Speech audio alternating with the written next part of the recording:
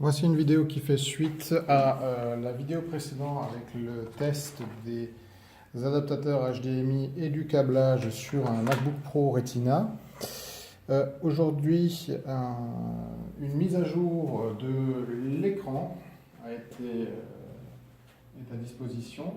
Cette mise à jour qui suffit de nous réclamer et de copier sur une clé, USB permet de mettre à jour l'électronique de la carte, de l'écran.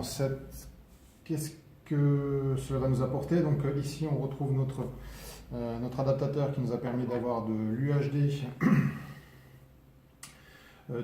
sur notre MacBook Retina en sortie externe. Donc ça c'est toujours d'actualité. Si j'active la recopie vidéo, donc on va là aussi de nouveau se retrouver.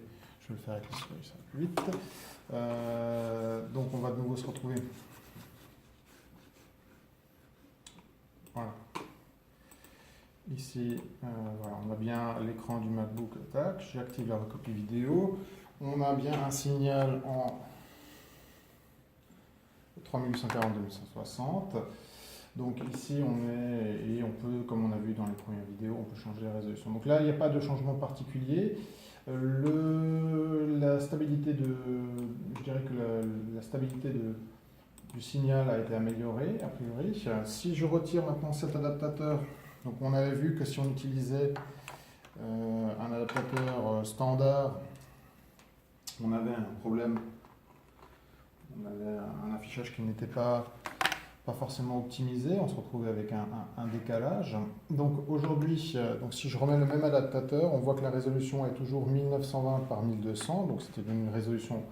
Mais l'avantage maintenant, c'est que la mise à l'échelle a été rectifiée. Donc l'image est certes un petit peu déformée, mais elle est bien adaptée à l'ensemble de l'image du cadre. Donc dans ce cadre-là, dans cette condition d'utilisation, ça devient de nouveau tout à fait exploitable. On voit ici, j'ai bien la possibilité j'ai bien l'ensemble de mes éléments qui sont à l'écran. J'ai ma barre d'outils qui réapparaît, ou bien si je retourne sur la page principale, tac, ma barre d'outils apparaît ici aussi.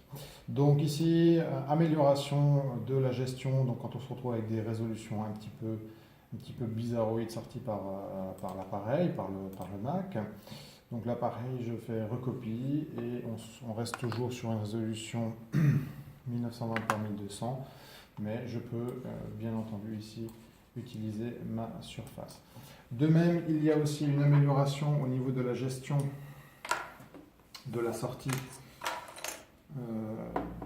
vidéo intégrée au Mac. Donc je me rebranche en direct comme lors de la première vidéo.